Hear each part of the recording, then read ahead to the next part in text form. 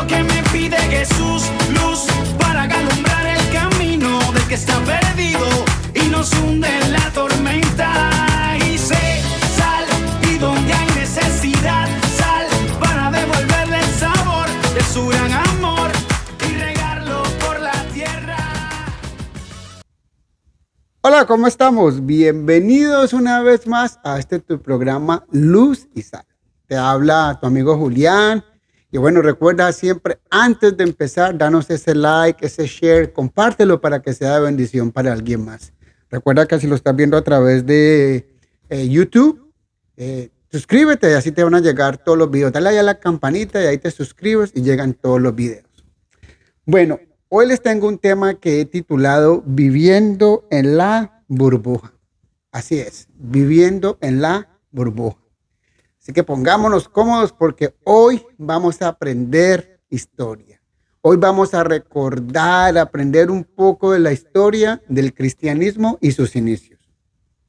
Mire, una vez escuché a un pastor decir que el que no conoce la historia está condenado a repetirla. Y esto me sonó mucho y se me quedó en la mente, lo guardé en ella pensando que algún día escribiría algo al respecto. Bueno, pues meditando estaba yo, estudiando la palabra y le preguntaba a Dios, Señor, ¿cuál será el tema que viera compartir esta semana? Y siento mucho en mi mente, en mi espíritu, hablar un poco acerca de este tema. Estoy seguro que muchos no conocen la historia del cristianismo. No los culpo, yo tampoco la conocía. Ni siquiera los voy a juzgar, no se trata de eso. Muchos de nosotros, al igual que en nuestra iglesia de antes tradicional, vivíamos o hemos sido cristianos por tradición. Nuestros padres eran creyentes, nos llevaban a la iglesia y nosotros crecimos en el ámbito cristiano. Y así ha sido de generación en generación. Y bueno, esto hoy en día ha traído consigo muchas carencias en la fe. No por el hecho de traer una tradición, porque lo bonito de que nuestros padres nos inculquen la palabra es crecer en ella, sino que al contrario de eso, hemos visto cómo la iglesia se ha debilitado hoy en día por falta de conocimiento. De hecho, siento que hemos traído el mundo a la iglesia y no llevando la iglesia al mundo. Nos hemos vuelto imitadores del mundo.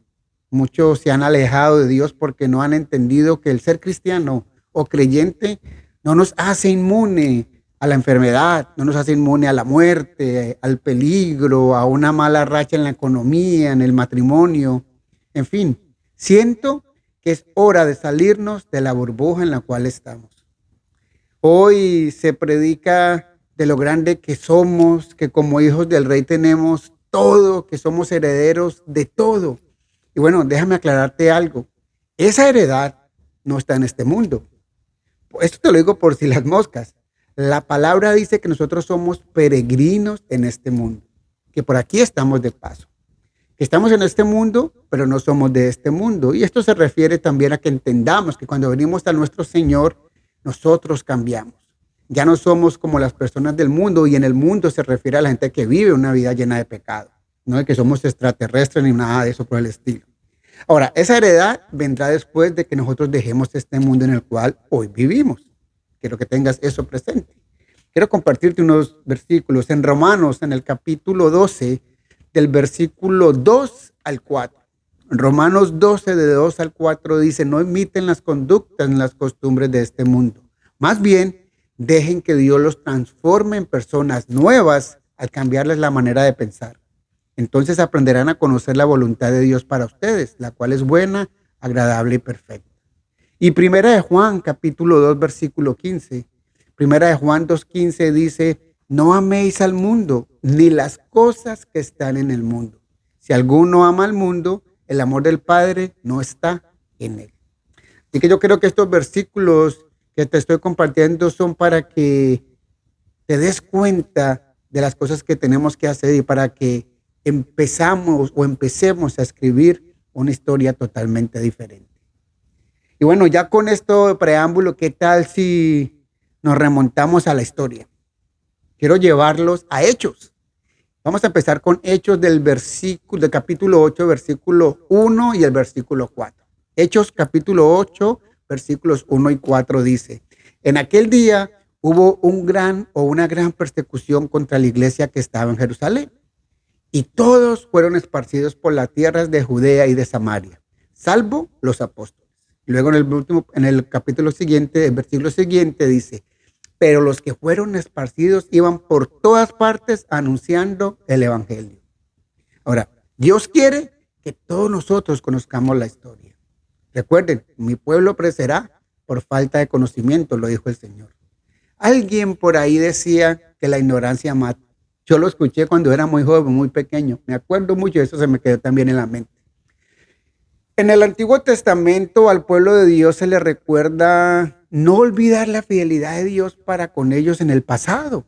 Mire, su pacto especial con ellos, su liberación de Egipto, la derrota de sus enemigos, una y otra vez. Vemos un patrón constante en todo esto.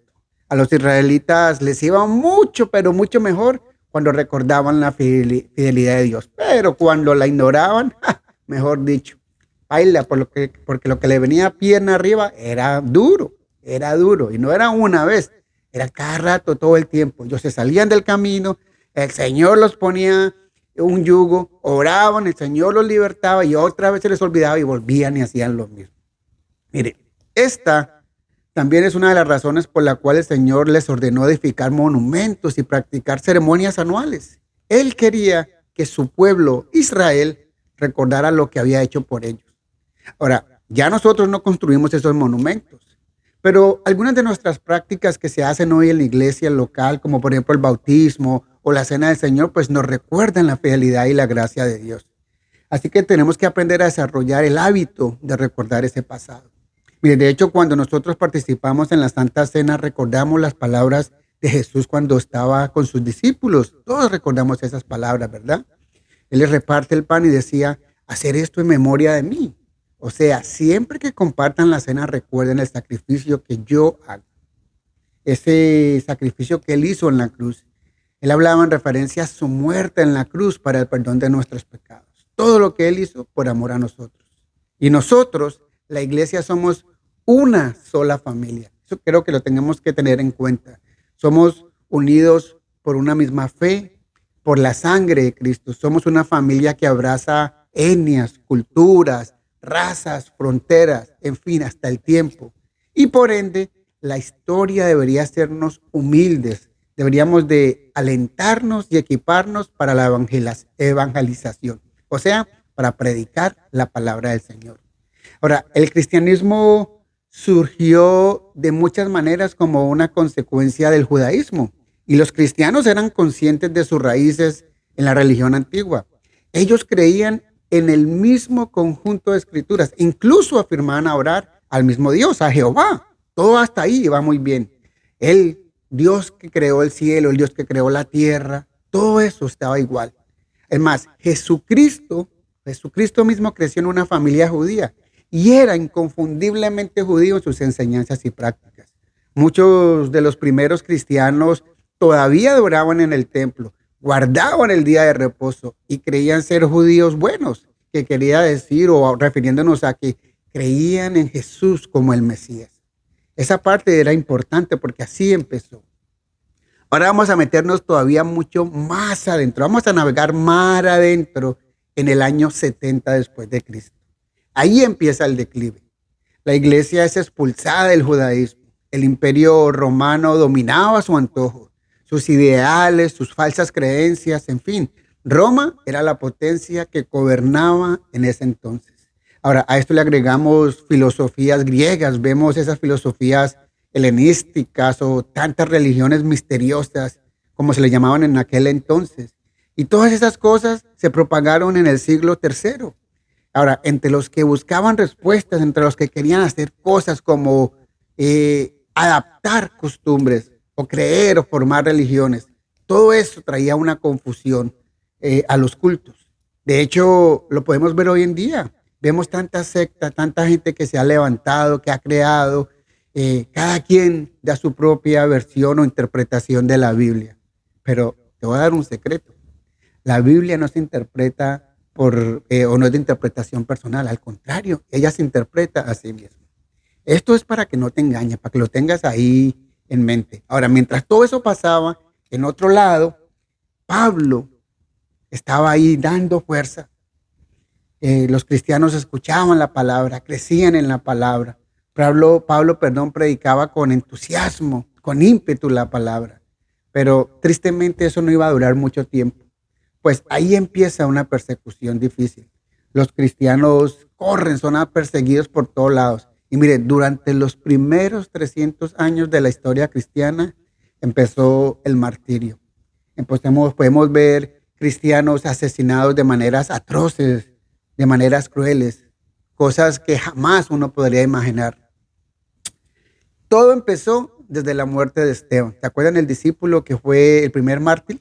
Que fue apedreado justo ahí en la cara de Saulo, quien luego sería llamado Pablo, aquel que Jesús llamó y envió como apóstol a predicar su palabra, aquel que perseguía a los cristianos, que los encarcelaba y los mataba. Él, sí, Saulo, quien después sería utilizado por el mismo Señor Jesucristo. Ahora, luego vemos los encarcelamientos, vemos muertes de los apóstoles, vemos cristianos arrojados a los leones, vemos que los cristianos fueron quemados, o peor aún, muchos fueron descuartizados. Todo esto es una historia del cristianismo, de cómo empezó el cristianismo. ¿Sabes tú la forma como terminaron los discípulos? ¿Qué tal si conocemos un poco de la historia? Mira, Pablo, por ejemplo, fue encarcelado bajo el imperio de Nerón. Luego fue decapitado en Roma. Santiago, hermano de Juan, fue decapitado por Herodes. Tomás fue hasta la India, donde fue asesinado con un dardo o con una flecha. Simón Pedro fue crucificado boca abajo en Roma. Todo eso sucedió durante el gobierno de Nerón. Simón el Celote, aquel que era como el guerrillero, predicó en toda África, pero también fue crucificado. Marcos fundó la iglesia en Egipto y fue quemado vivo. Bartolomé predicó en Armenia y luego de diversas persecuciones también fue golpeado con palos y también crucificado. Todo esto después de que primero lo cascaron, le dieron duro y después de todo lo decapitaron. Imagínense todo lo que hicieron. Andrés evangelizó en Etiopía, pero también fue crucificado. Mateo predicó en Egipto y en Etiopía hasta que por orden del rey fue atravesado con una lanza. Felipe ministró en Grecia, fue crucificado y apedreado hasta morir. Santiago, hermano de Jesús, fue golpeado hasta la muerte por fariseos y por saduceos. ¿Y qué decir de Juan el apóstol? Aquel que fue exiliado a la isla de Patmos y luego falleció, pues ya de viejito, hermano, solo allá, de causas naturales. Aquí podemos ver cómo todos, absolutamente todos, vivieron una vida difícil, pagaron un precio por llevar la palabra del Señor.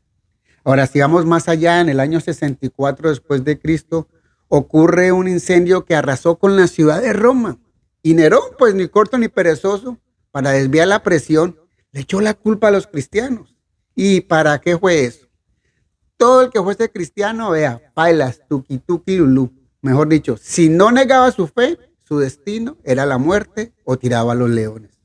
En el año 250 después de Cristo, cuando el nuevo emperador Decio asumió el trono, deseando restaurar a Roma y a su gloria anterior, pues para promover la unidad cívica, ordenó que todos los ciudadanos participaran en sacrificios públicos a los dioses romanos.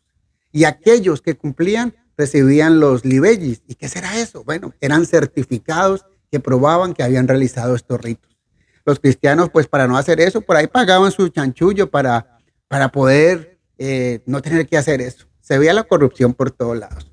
Y ya llegando al año 257 después de Cristo, el emperador Valeriano inició un nuevo intento para acabar con la iglesia. O sea, eso no paraba, nunca ha parado. Ahora, dio instrucciones detalladas de que todos los obispos, los presbitéricos y diáconos debían ser castigados inmediatamente con la muerte. Y mientras que los senadores romanos o los oficiales militares que eran cristianos perdían su dignidad y su patrimonio, o sea, eran despojados de todo. Y los funcionarios civiles que eran cristianos, pues peor, esos los hicieron esclavos y fueron enviados en cadenas a trabajar para el Estado del imperio. O sea, por todo lado vimos persecuciones. Y estos son apenas algunos de los estudios que tú mismo puedes indagar para que tengas un conocimiento de cómo se inició la iglesia cristiana. Y todo empieza cuando el Señor Jesucristo le dice a Pedro: apacienta mis ovejas. ¿Acuerdan cuando Cristo se les aparece después de haber resucitado? y les dice a los discípulos, hey, ¿tienen algo de comer? Y ahí está el Señor haciendo un pescado. Y el Señor Jesucristo se le acerca a Pedro 3 veces y le pregunta si le ama. Y el Señor le dice, Señor, tú lo sabes todo, tú sabes que te amo. ¿Y qué le dice el Señor? Apacienta mis ovejas. Después vemos lo que sucede en el aposento alto, ¿verdad? Cuando están todos y empiezan a hablar en lenguas diferentes, idiomas diferentes, para que no vayan a creer que eran lenguas angelicales. No, eran idiomas diferentes, idiomas de cada país. Y cada uno decía, wow, están hablando en nuestro idioma cosas hermosas del Señor. Ahí empieza la iglesia. Ahora, gracias a Dios, en este país en el cual nosotros vivimos, y yo me refiero a Estados Unidos porque es donde yo vivo ahora, y sé que muchos de ustedes que escuchan y ven esto, todavía tienen la libertad de predicar la palabra. Aunque aún hay ciertas limitaciones, ¿verdad? Ya no se nos permite señalar el pecado de tal manera porque nos bajan el video de una. Ahora hay otros países donde es ilegal cargar una Biblia. Si los pillan con una Biblia, los meten presos o quizás hasta los matan. O sea, esto es solo el inicio de una nueva persecución para la iglesia. La persecución no ha parado y vendrá un día donde todos vamos a volver a ser perseguidos por eso. Ahora, por eso es que nosotros debemos de poner nuestra mirada en Cristo. No vivamos más pensando que somos privilegiados por ser cristianos, en el sentido de que nada nos puede suceder. No quiero decir con esto que tenemos que vivir atemorizados o con la cabeza mirando cabizbajos. No, por supuesto que no. Pues todos sabemos que en Cristo somos más que vencedores, ¿verdad? Es un privilegio el tener a Cristo en nuestro corazón. De eso no cabe la menor duda. Ahora, no quiero que malinterpretes mis palabras. Yo me refiero a pensar o creer que por el hecho de ser creyentes vivimos en una burbuja donde nada nos puede suceder. Acabamos de leer la historia y pudimos ver todo lo que los cristianos de aquella época vivieron durante todo el transcurso de esos años. El mismo Jesús vivió y sufrió una muerte violenta. ¿Qué te hace pensar que nosotros no podemos enfrentar un mal día, una mala enfermedad o quizás la muerte? Yo tengo una noticia. Nosotros los creyentes, los cristianos, nos vamos a enfermar, vamos a tener problemas, nos van a traer una mala noticia, nos van a tocar a la puerta y nos van a dar una mala noticia. Vamos a recibir un pronóstico que quizás no es el mejor y quizás, lo más probable, nos vamos a morir. Es parte de la vida. Creyentes o no creyentes, todos tendremos que morirnos algún día. Todo esto quiero que lo tengas en mente. Pero la pregunta es, ¿vivamos o cómo estamos viviendo? Yo creo que es más bien hora de que vivamos conforme a la palabra. Hagamos frutos dignos de arrepentimiento, como dice la palabra. Frutos que den fe y testimonio de quién vive en nosotros. Prediquemos la palabra con la Biblia en la mano, con nuestro testimonio, a nuestros hijos, al vecino, por todo lado. Vivamos siempre preparados para cuando nos llegue la hora de partir. Podamos quizás sentirnos tranquilos cuando llegue ese momento, cuando estemos en nuestro lecho de muerte y recordar aquellos versículos que escribió Pablo en su carta en 2 de Timoteo, capítulos 4, versículos 7 al 8. Segunda de Timoteo, capítulo 4, versículos 7 al 8 dice, he peleado la buena batalla, he acabado la carrera, he guardado la fe. Por lo demás, me está guardada la corona de justicia, la cual me dará el Señor, juez justo en aquel día. Y no solo a mí, sino también a todos los que aman su venida. Así que vivamos una vida conforme en Cristo, para que en nuestro lecho de muerte podamos decir, voy a casa, a la casa de mi Padre. He terminado la carrera. Voy a recibir mi corona. Salte de la burbuja. Espero que esta palabra sea de bendición. Espero que esta palabra haya traído quizás un poco de conocimiento. Recuerda darle ese like y ese share. Compártela para que sea de bendición para alguien más. Te habló tu amigo Julián en tu programa Luz y Sal. Chao, chao. Nos vemos. ¿Quién soy yo para señalar a aquel que ha caído y beber de esta copa de ignorancia? ¿Quién soy yo para criticar a aquel que está perdido? Si alguna vez yo estuve allí,